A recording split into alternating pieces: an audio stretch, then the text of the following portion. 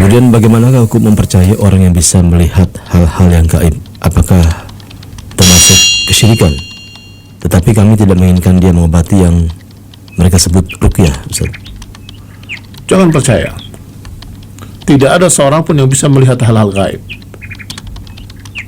Hanya Allah subhanahu wa ta'ala yang mengetahui hal-hal yang gaib, dan kemudian Allah subhanahu wa ta'ala memberitahukan kepada beberapa gaibnya kepada Nabi, para anbiya atau orang-orang yang diridhai Allah ta'ala dari kalangan para rasul.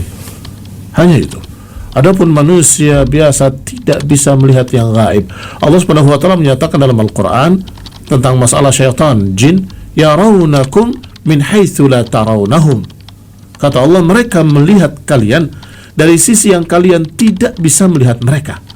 Sehingga yang terjadi sekarang itu adalah tebakan-tebakan, perkiraan-perkiraan, dugaan-dugaan, itu saja.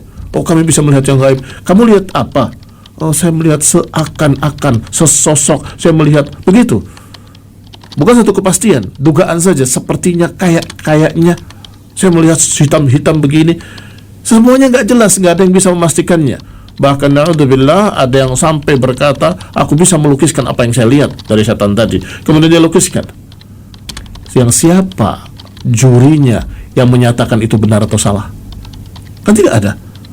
Siapa yang bisa menentukan, oh gambarmu ini benar, setan memang seperti ini?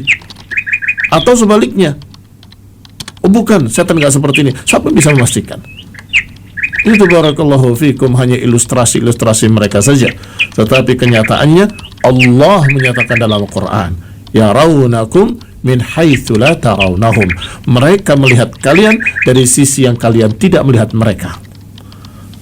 Hanya saja kadang syaitan membentuk sesuatu, dan itu disebutkan dalam beberapa riwayat hadis. Kadang berbentuk ular, kadang berbentuk anjing yang hitam. Sehingga kata Nabi, ketika ada ular di rumahmu, maka bacakan dulu dengan ayat kursi atau dengan bacaan Al-Quran, dengan dzikir. Kalau dia menghilang cukup, kalau tidak baru dibunuh. Demikian pula kadang syaitan membentuk sesuatu yang menakutkan, padahal itu bukan bentuk aslinya sama sekali. Artinya dia hanya mengganggu manusia saja dengan sosok-sosok tersebut yang ternyata itu bukan bentuknya. Adapun bentuknya di alamnya yang kita tidak tahu, wallahu ta'ala alam. Kok tahu setan bertanduk? Karena Nabi bilang matahari terbit di antara dua tanduk syaitan. Kok tahu ada ekornya? Demikian pula dalam hadis ada ekor syaitan, dan seterusnya. Barakallahu fikum. Tetapi yang melihat gaib atau hal gaib tersebut tidak ada. Mereka di alamnya, kita di alamnya. Wallahu ta'ala alam bissawab.